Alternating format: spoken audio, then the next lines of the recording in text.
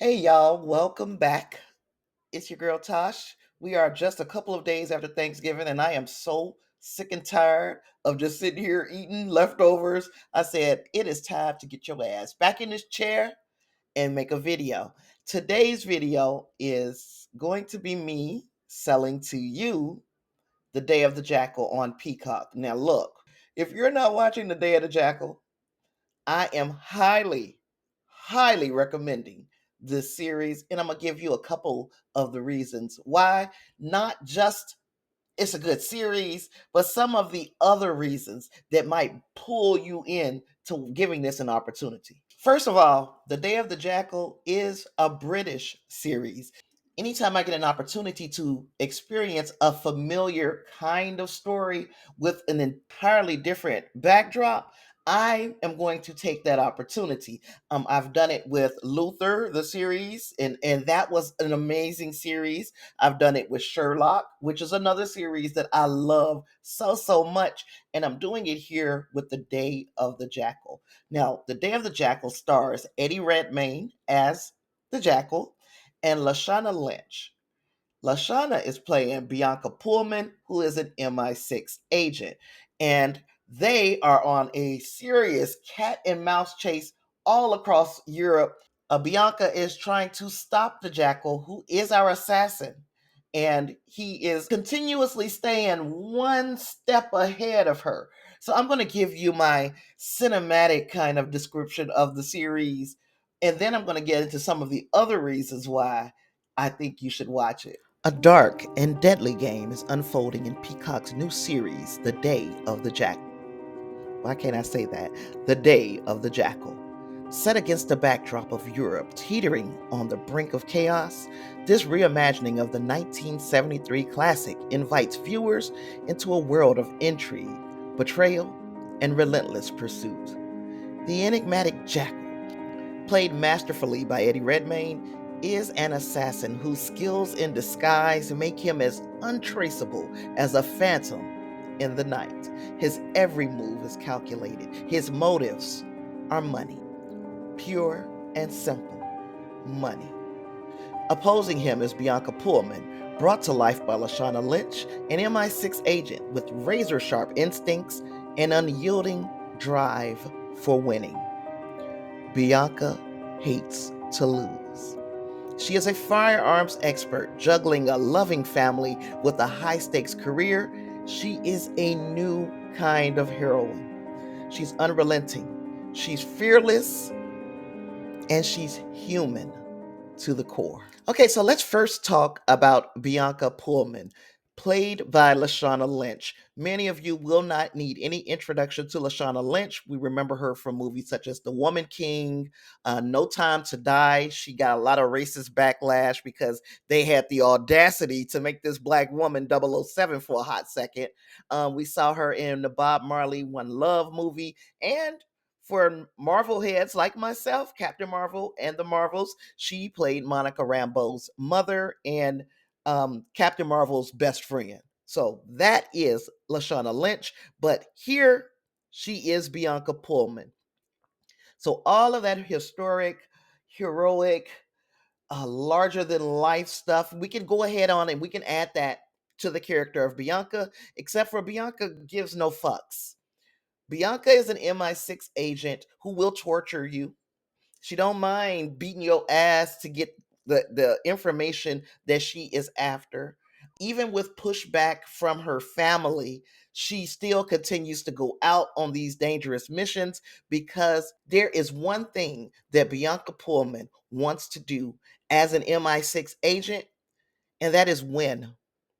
Winning means defeat the bad guy. It's not a sense of justice, or at least that's not what I'm getting. I'm not seeing her as out here trying to save the world.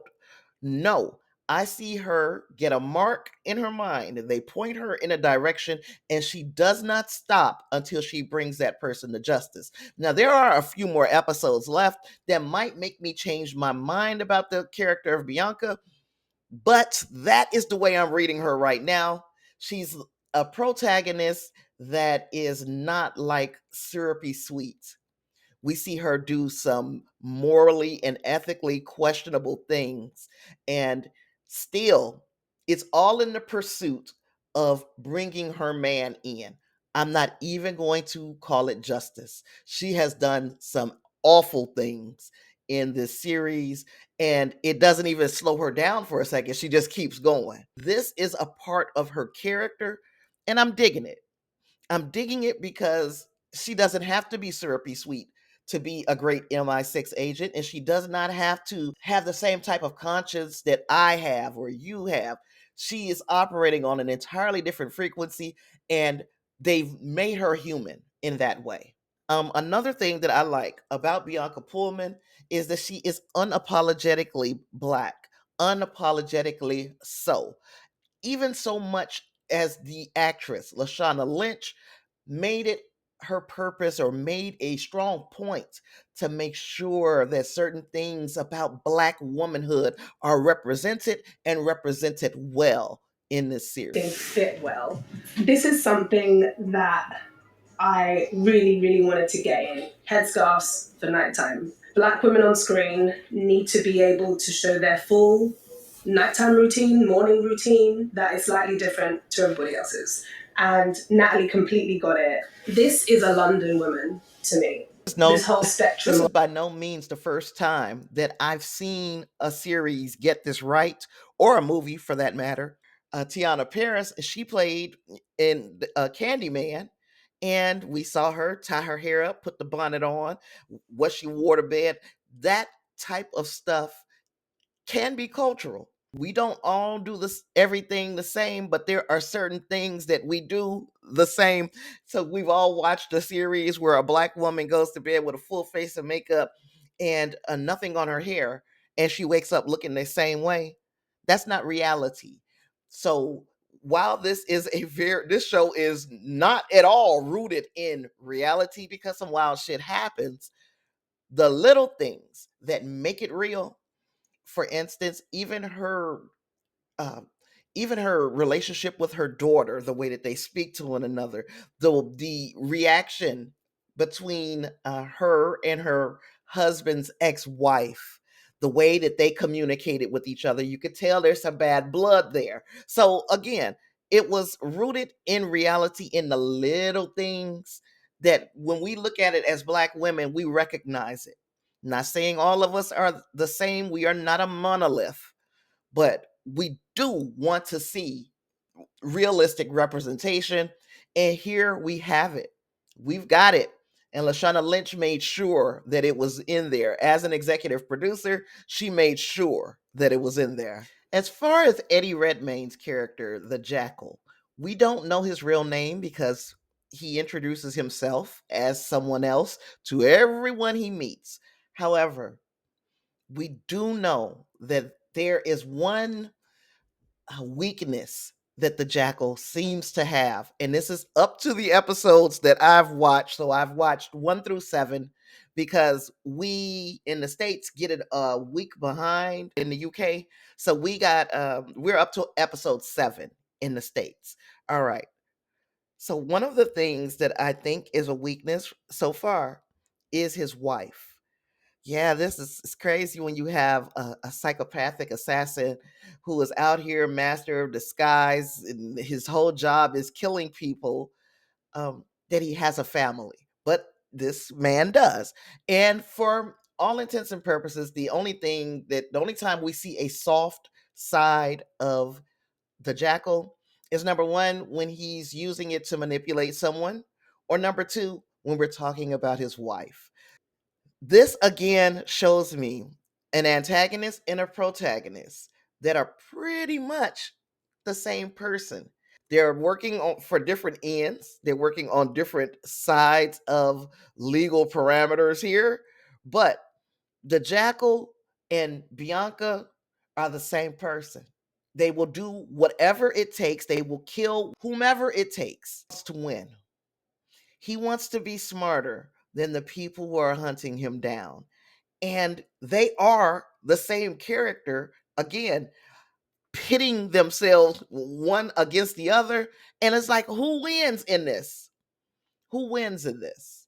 So I've got a strong feeling, of course, there will be some type of happy ending because they've already announced the season two. But even if there isn't a happy ending, one of these characters who is so good at what they do, one of them is going to win. And when you have an even playing field like that, where both of them thinking two steps ahead, both of them are trying to get into the mind of the other, somebody is going to lose. Somebody is going to lose, but you have to be impressed with how they play the game. And that is what this is. It's a horrible game where real living people are the chess pieces, but it's a game nonetheless. And I really think that it is very, very well done, except the same thing I could say about Cross, the same thing I could say about The Madness, and now I'm saying it about The Day of the Jackal. It could have been tweaked, it could have been pulled down to fewer episodes. However, it's not so stuffed with filler that you just get sick of watching it and you just turn it off and never go back. But it's like, God dang, we could have did without those two scenes after you've seen The Collective and everything around it. You could be like, dang, we could have got to this a lot faster. We could have pulled that scene and that scene out. So those are things that I kind of think about when I'm watching a series is, did I have to be here for 8 hours? Did I have to be here for 10 hours? Did I have to be here for however many hours? Well, The Day of the Jackal is a 10 episode series, and the episodes are roughly an hour ish long. And I think that if we go through with a very fine tooth comb, for the 7 episodes that I have watched could have been 5 if we cut out some of the fluff. Please don't think that this is something that should dissuade you from watching this series. Watch the series. Watch the series because the acting has been mwah, chef's effing kiss. I don't know how else to sell this to you.